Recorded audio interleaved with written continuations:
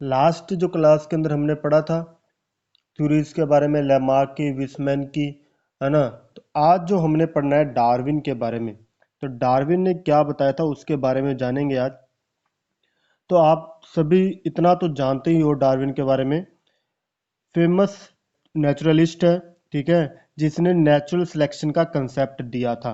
Natural selection के concept में दिया क्या था उसके बारे में हम जानेंगे आगे। उसकी जो फेमस बुक है उसका नाम क्या है, ओरिजिन ऑफ स्पीसीज, ये नाम आपको ध्यान रखना है, ठीक है। अब ये ब्रिटिश साइंटिस्ट जो है ये वॉयज पे गया था। वॉयज का मतलब क्या होता है, एक लॉन्ग जर्नी, ठीक है, जो सी रूट के थ्रू कंप्लीट होती है, ठीक है। तो जब सी रूट के थ्रू अगर कोई लॉन्ग जर्नी पे जा रहा है तो उसको क्या बोलते हैं, वॉयज, ठीक है। जब ये 22 साल का था तो इसने इन्वेस्टिगेशंस किए, वहाँ पे ऑब्जर्वेशंस की। जब वो गया था उसने अलग अलग एनिमल्स को और इनको आइडेंटिफाई किया, उनके अंदर उसने देखे अलग अलग मॉडिफिकेशंस किस तरीके से है, उनको स्टडी किया, ठीक है। तो उसके अंदर जो टूर के अंदर जो भी चीज़ें उसको मिली थी उन सारे को एनालाइज किया गया उसने। इंग्लैंड के अंदर जब था वहाँ पे उसने एनालाइज किया। तो जिस शिप के ऊपर वो गया था उस शिप का नाम क्या था, HMS बिगल। क्या नाम था, HMS बिगल। तो ये आपको नाम ध्यान रखना है। दूसरा, यहाँ पे एक आइलैंड का नाम मेंशन नहीं है, तो वो आइलैंड का नाम क्या है, गैलापागोस आइलैंड। तो जब ये गया था तो यहाँ पे लिखा हुआ है साउथ अमेरिका और नियर बाय आइलैंड्स के ऊपर गया था। तो उसके अंदर एक आइलैंड का नाम क्या था, गैलापागोस आइलैंड। अगर स्पेलिंग मैं आपको बता दूं, GALAPAGOS,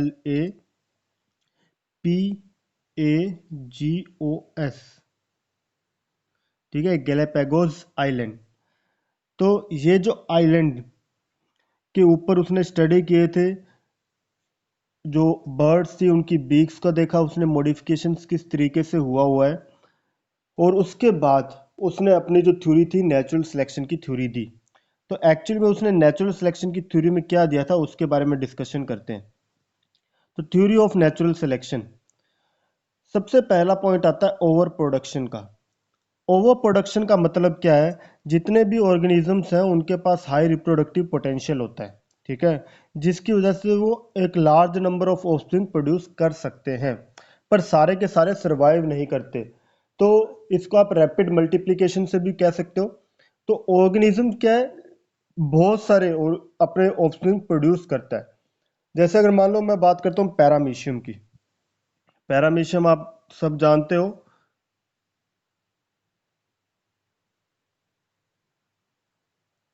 पैरामीशियम क्या है, प्रोटोजोन है, ठीक है। ये 48 आवर्स में 3 टाइम्स डिवाइड करता है, 48 आवर्स में 3 टाइम्स डिवाइड करता है। और अगर ये इस रेट से डिवाइड करता रहे पैरामीशियम, तो ये कितना एरिया कवर कर लेगा, अर्थ के साइज से 10,000 गुना एरिया सिर्फ 5 साल में कवर कर लेगा ये पैरामीशियम, अगर सारे के सारे सरवाइव कर जाते हैं तो। 48 आवर्स के अंदर 3 बार डिवाइड करता है। तो आप इसको समझ सकते हो कि अगर ये लगातार डिवाइड करता रहता है तो 10,000 टाइम्स अर्थ के साइज का 5 साल में कवर कर लेगा। पर सारे के सारे सरवाइव नहीं कर पाते, मर जाते हैं, है ना। इसी तरीके से अगर एक एग्जांपल हो गया कि जैसे फ्रॉग्स है, फ्रॉग्स एक्सटर्नल फर्टिलाइजेशन करते हैं। तो उसके अंदर वो क्या करते हैं, बहुत सारे गैमेट्स प्रोड्यूस करते हैं, ताकि क्या चांसेस बढ़ जाए प्रोबेबिलिटी के कि आगे कौन सा, कि मेल और फीमेल गैमेट के फ्यूजन की प्रोबेबिलिटी बढ़ जाए, ठीक है ना। तो वो क्या है, जितने भी फालतू में बन रहे हैं गैमेट्स वो तो सारे क्या है, वेस्ट है। तो उसको भी क्या बोलोगे, ओवर प्रोडक्शन, ठीक है ना। अगर मेल और फीमेल ह्यूमंस के केस में भी बोलते हैं तो स्पर्म्स बहुत ज़्यादा प्रोड्यूस होते हैं, पर एग के साथ तो कोई एक स्पर्म ही फ्यूज करेगा, बाकी सारे क्या है, वेस्ट हो गए। तो अपनी क्षमता जो है उसके पास हाई रिप्रोडक्टिव पोटेंशियल होता है, कोई भी ऑर्गेनिज्म है उसके पास, ठीक है। अब वो अपने अपने इन्वायरमेंट के अकॉर्डिंग है, तो उसके अंदर से कुछ एक ही सर्वाइव कर पाते हैं, सारे के सारे ऑर्गेनिज्म सर्वाइव नहीं करते। लिमिटेड फूड एंड स्पेस, अब क्या है कि ये जो अर्थ है इसके ऊपर लैंड क्या है, लिमिटेड है, फूड अवेलेबल भी लिमिटेड है, ठीक है। ऐसा तो है नहीं कि जितना मर्जी खाते जाओ कभी खत्म होगा ही नहीं। लैंड भी आपको पता ही है लिमिटेड है। तो पॉपुलेशन जो भी यहाँ सरवाइव कर रही है एक सर्टेन लिमिट के ऊपर वो इंक्रीज नहीं कर सकती। मतलब क्या है, एक सर्टेन लिमिट तक ही पॉपुलेशन ग्रो करेगी, अगर उसके ऊपर करेगी तो उसके पास क्या हो जाएगा, लैंड वगैरह अवेलेबल नहीं होगी और उनके बीच में कंपटीशन ज़्यादा हो जाएगा कि कौन वहाँ पे रहना चाहिए, कौन सरवाइव करे। स्ट्रगल फॉर एग्जिस्टेंस, हर कोई इन्वायरमेंट में जो भी नेचर के अंदर रह रहा है उसको वहाँ रहने के लिए स्ट्रगल करना पड़ता है। कैसे करेगा स्ट्रगल? क्योंकि जितनी भी स्पीसीज वहाँ है उनके बीच में क्या होगा, कंपटीशन होगा। अगर सेम स्पीसीज के बीच में हो रहा है तो उसको बोलते हैं intra specific. Intra, R A है यहाँ पे, आप ध्यान रखोगे इंट्रा, ठीक है ना। तो इंट्रा स्पेसिफिक का मतलब क्या है, विद इन स्पीसीज।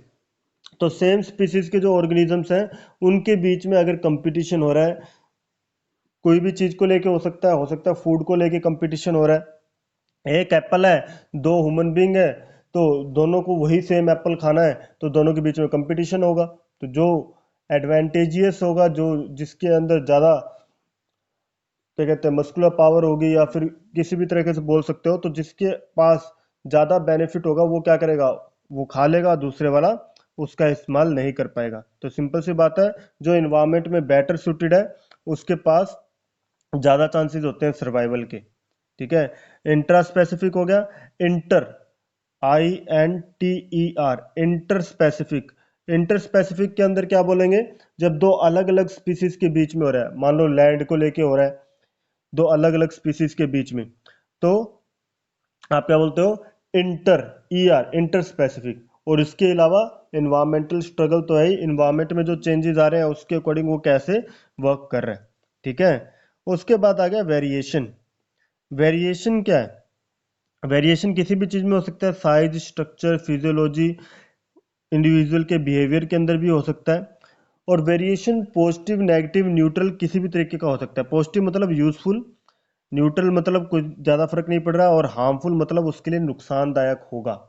तो जैसे अगर आपको याद हो हमने बीटल की बात की थी, बीटल के केस में हमने बोला था लीफ के ऊपर अगर ग्रो कर रहा है, अगर ग्रीन कलर का लीफ है, जो ग्रीन कलर का बनाते हैं, अगर ग्रीन कलर का लीफ है और उसके ऊपर जो बीटल्स जो ग्रो कर रही है वो रेड कलर की है, तो ये अगर रेड कलर की बीटल्स इसके ऊपर ग्रो कर रही है तो वो इजीली रिकॉग्नाइज हो जाती है क्रो के द्वारा, और क्रो इसके ऊपर क्या करता है, फीड कर लेता है और इसको खत्म कर देता है।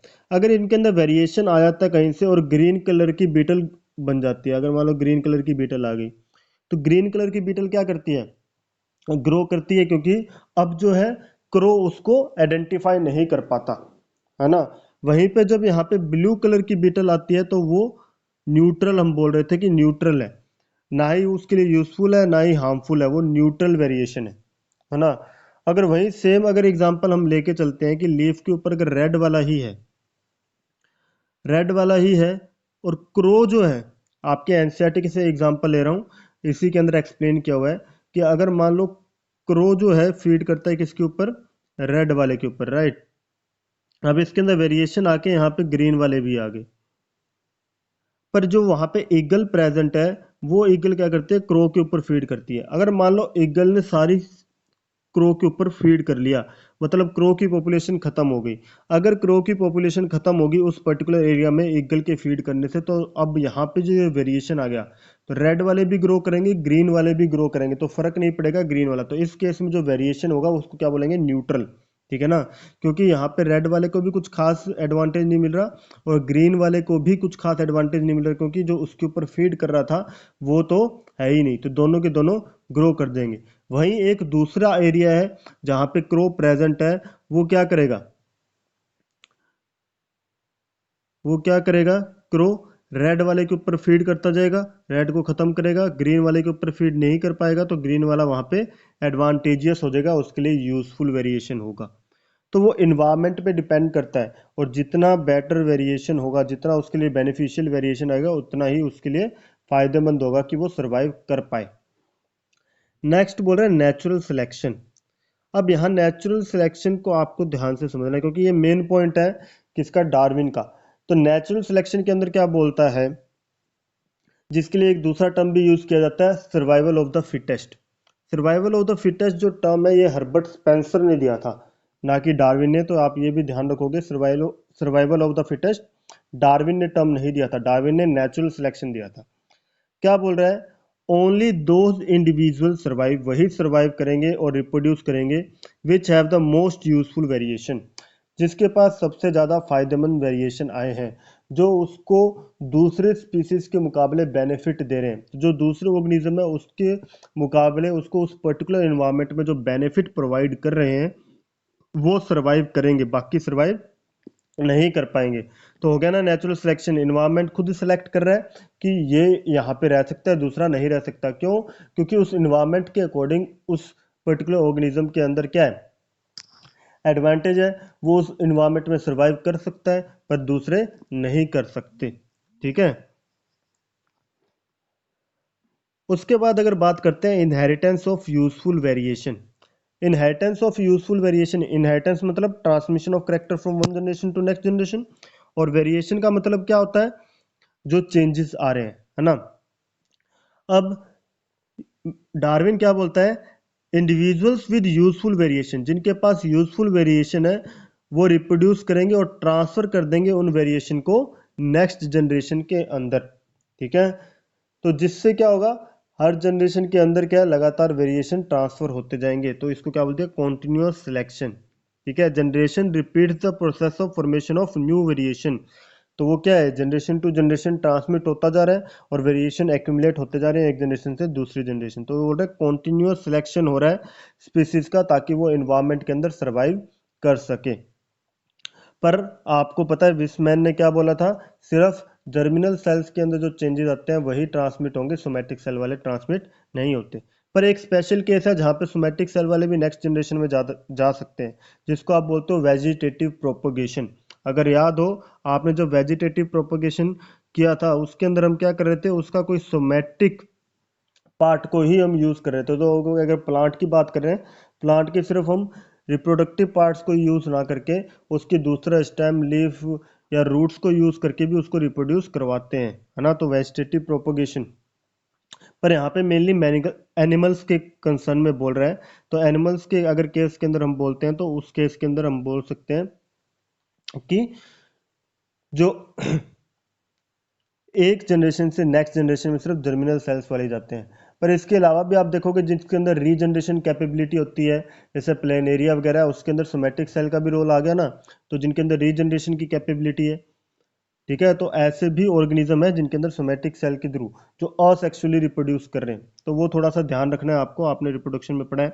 पर उन सब चीज़ों के बारे में उस टाइम इतना नहीं पता था, तो उसके बारे में नहीं बोला गया। पर ये क्या है, डार्विन की लिमिटेशंस के अंदर आ सकता है।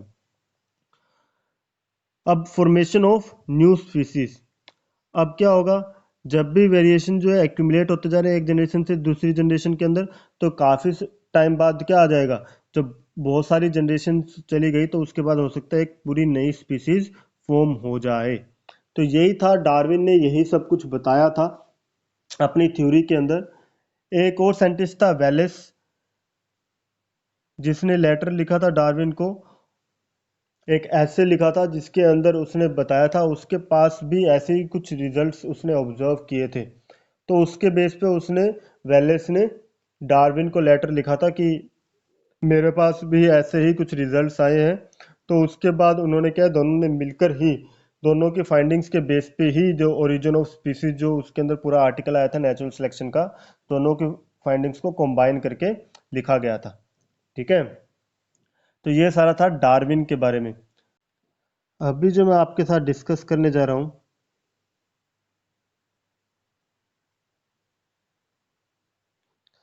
वो क्या है, chemical theory. Chemical theory of evolution, जिसके अंदर ये बताया गया था कि कैसे स्पीसीज आगे फॉर्म हुई होगी। तो केमिकल इवोल्यूशन कैसे हुआ, उसके बारे में सबसे पहले किसी ने बताया था, जेबीएस हाल्डे ने। तो केमिकल इवोल्यूशन किस तरीके से होता है। ठीक है।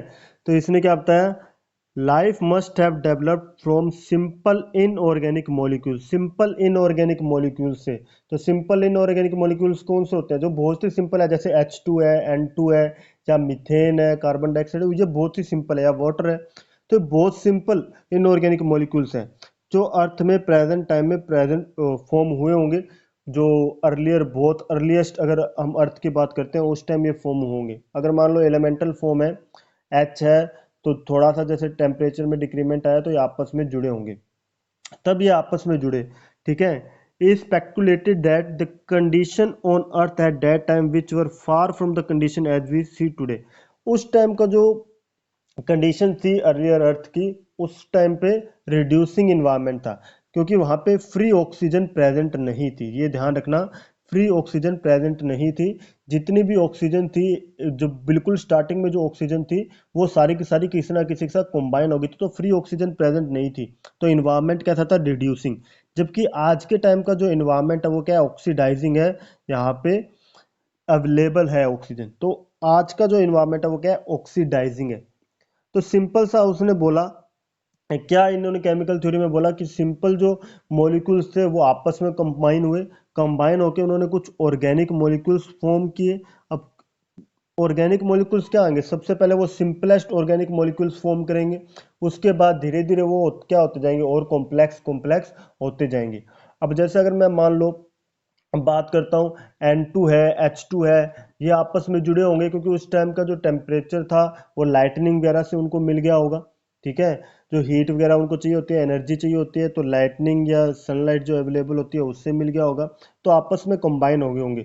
और हो सकता है उन्होंने सिंपल ऑर्गेनिक मॉलिक्यूल्स फॉर्म कर दिए, जैसे मीथेन आता, मीथेन बना, उसके बाद इस तरीके से और हायर जो ऑर्गेनिक कंपाउंड्स है फॉर्म होते गए। जब इनके साथ फिर आगे नाइट्रोजन जुड़ गया होगा, तो यहाँ पे नाइट्रोजन जुड़ गया तो और कॉम्प्लेक्स होते गए।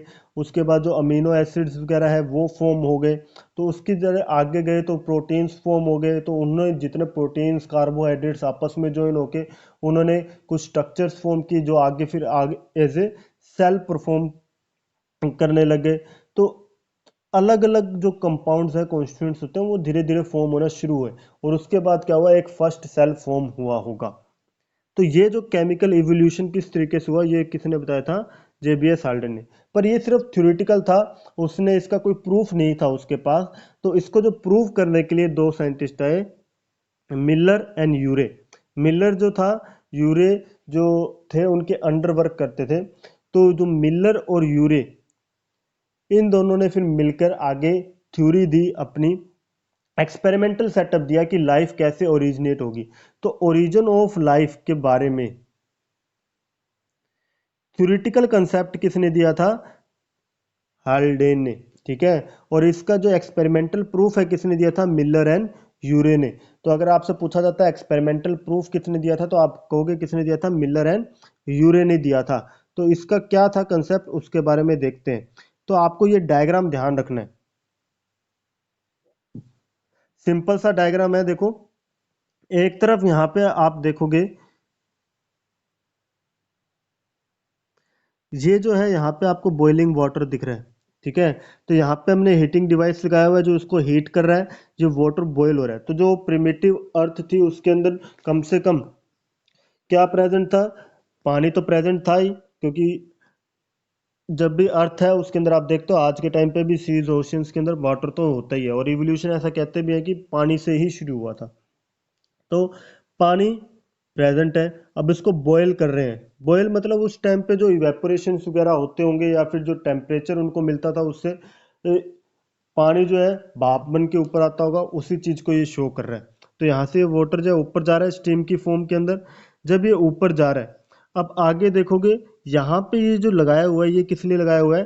ताकि वैक्यूम क्रिएट किया जा सके, ताकि जो भी अनवांटेड एयर इसके अंदर प्रेजेंट है उसको रिमूव कर दे, और जो हम गैसेस चाहते हैं वो यहाँ से इंट्रोड्यूस की जा सके। तो गैसेस जो हम चाहते थे वो यहाँ से इंट्रोड्यूस कर दी। कौन सी गैसेस हम इंट्रोड्यूस करेंगे? Mainly H2NH3CH4 H2O। ठीक है, तो ये ही मेनली इंट्रोड्यूस करेंगे, इसके अलावा कुछ भी नहीं करेंगे। तो मेनली जो गैसेस है, हाइड्रोजन है, अमोनिया है, या फिर मीथेन गैस है। ठीक है, तो ये यहाँ पे एक फनल है बड़ी सारी जिसके अंदर ये गैसेस प्रेजेंट है। अब इसके अंदर हमने यहाँ पे रोड्स लगा दी, कैथोड एनोड, और इनके बीच में स्पार्क क्रिएट किया। ये स्पार्क क्या शो कर रहा है? जो उस टाइम पे बिजली कड़कती होगी, थंडर आता होगा, या फिर जो भी लाइटनिंग वगैरह होती होगी, उसकी वजह से जो हाई टेम्परेचर मिलता होगा उसको शो कर रहा है। तो यहाँ पे वो क्या हुआ? स्पार्क क्रिएट किया। स्पार्क क्रिएट करने की वजह से अब इसका यहाँ पे अंदर जो टेम्परेचर है बहुत ज़्यादा बढ़ जाएगा, हाई टेम्परेचर हो गया। हाई टेम्परेचर हो गया तो अब आपको पता है जब इन्वायरमेंट के अंदर क्या होता है, पानी भाप बन के ऊपर जाता है, बादल फॉर्म होता है, बादल से रेन होती है तो दोबारा ठंडक भी मिलती है। तो वो साइकिल चलता रहता है। तो अगर लाइटनिंग वगैरह हुई थी बारिश वगैरह के टाइम पे, जैसे होती है मेनली लाइटनिंग वगैरह, तो उसके बाद क्या होता है, बारिश होती है तो ठंडक मिलती है। तो यहाँ पे बारिश हो कि ठंडक मिले, वो कैसे मिलेगी? तो यहाँ पे इसने क्या किया, कंडेंसर लगा दिया। ये कंडेंसर क्या कर रहा है, यहाँ से आप ठंडा पानी डाल रहे हो तो वो इस पाइप के कांटेक्ट में आएगा, सेंटर पाइप के कांटेक्ट में आ रहा है, कांटेक्ट में आ रहा है, ठीक है, उसके साथ मिक्सअप नहीं हो रहा, ध्यान रखना, क्योंकि ये पाइप अलग है, उसके बाहर ये प्रेजेंट है कंडेंसर। तो ये ठंडा पानी यहाँ से जा रहा है, पाइप के साथ होगा, उसकी हीट एब्जॉर्ब कर लेगा, हीट एब्जॉर्ब करने का पानी यहाँ से भाप बन के इधर की तरफ से निकल जाएगा। तो हॉट वाटर ऊपर से बाहर निकलता जाएगा, कोल्ड वाटर नीचे से चलेंगे। उल्टा नहीं होता, ठंडा पानी ऊपर से नहीं डालते, क्योंकि जब गर्म होती है चीज तो उसके बाद भाप बन के वो ऊपर की तरफ मूव करता है, नीचे की तरफ नहीं। तो ठंडा पानी यहाँ से डाला, कंडेंसर के अंदर गया, अब पानी जब आगे यहाँ से पास होके इधर आएगा, यहाँ आएगा, उस टाइम के ऊपर जो यहाँ से जो भी ये लिक्विड कंटेंट इधर आया वो ठंडा हो जाएगा, ठीक है। अब यहाँ पे एक वॉल्व लगाया हुआ है जिसके जरिए क्या कर सकते हैं, हम टेस्ट कर सकते हैं जो भी लिक्विड यहाँ पे हमें फॉर्म हो रहा है उसके अंदर क्या कुछ ऑर्गेनिक कंपाउंड फॉर्म हो रहे हैं या कुछ बन भी रहा है या फिर नहीं बन रहा। तो उसको चेक करने के लिए है। तो जब ये सेटअप कई दिन तक लगा के रखा, ठीक है, तो कई दिनों बाद क्या है, यहाँ पे कुछ अमीनो एसिड्स वगैरह फॉर्म मिले, ऑर्गेनिक कंपाउंड्स फॉर्म मिले। तो वो जो ऑर्गेनिक कंपाउंड्स फॉर्म मिले, इससे ये प्रूफ हो गया जरूर जो इवोल्यूशन है वो केमिकल इवोल्यूशन ही हुआ होगा। जो केमिकल कंपाउंड्स, जो सिंपल मॉलिक्यूल्स थे, उन्होंने ही आपस में जोड़ के क्या है, जो बड़े ऑर्गेनिक मॉलिक्यूल्स फॉर्म किए होंगे और लाइफ फॉर्म हुई होगी। तो इसके अंदर जो कंडीशन थी सारी की सारी कौन सी क्रिएट की गई, जो प्रिमिटिव अर्थ के दौरान थी। तो जो गैसेस थी वही की, लाइटिंग वगैरह होती थी वो यहाँ पे शो किया गया, ठीक है। जो अनवांटेड गैस थी उसको तो सारे को रिमूव कर दिया। इन्वायरमेंट जो था रिड्यूसिंग इन्वायरमेंट था, तो यहाँ पे कोई भी ऑक्सीजन नहीं है तो रिड्यूसिंग ही रखा है। उसके बाद जो बारिश वगैरह का जो ठंडा हो सके उसके लिए कंडेंसर भी लगाया हुआ है। और फिर यहाँ से चेक किया उन्होंने कि कोई कुछ बन रहा है या नहीं बन रहा। तो उसके बेस पे उन्होंने अपनी ये theory the, origin of life. तो उन्होंने एक्सपेरिमेंटली उसको प्रूव कर दिया। क्लियर?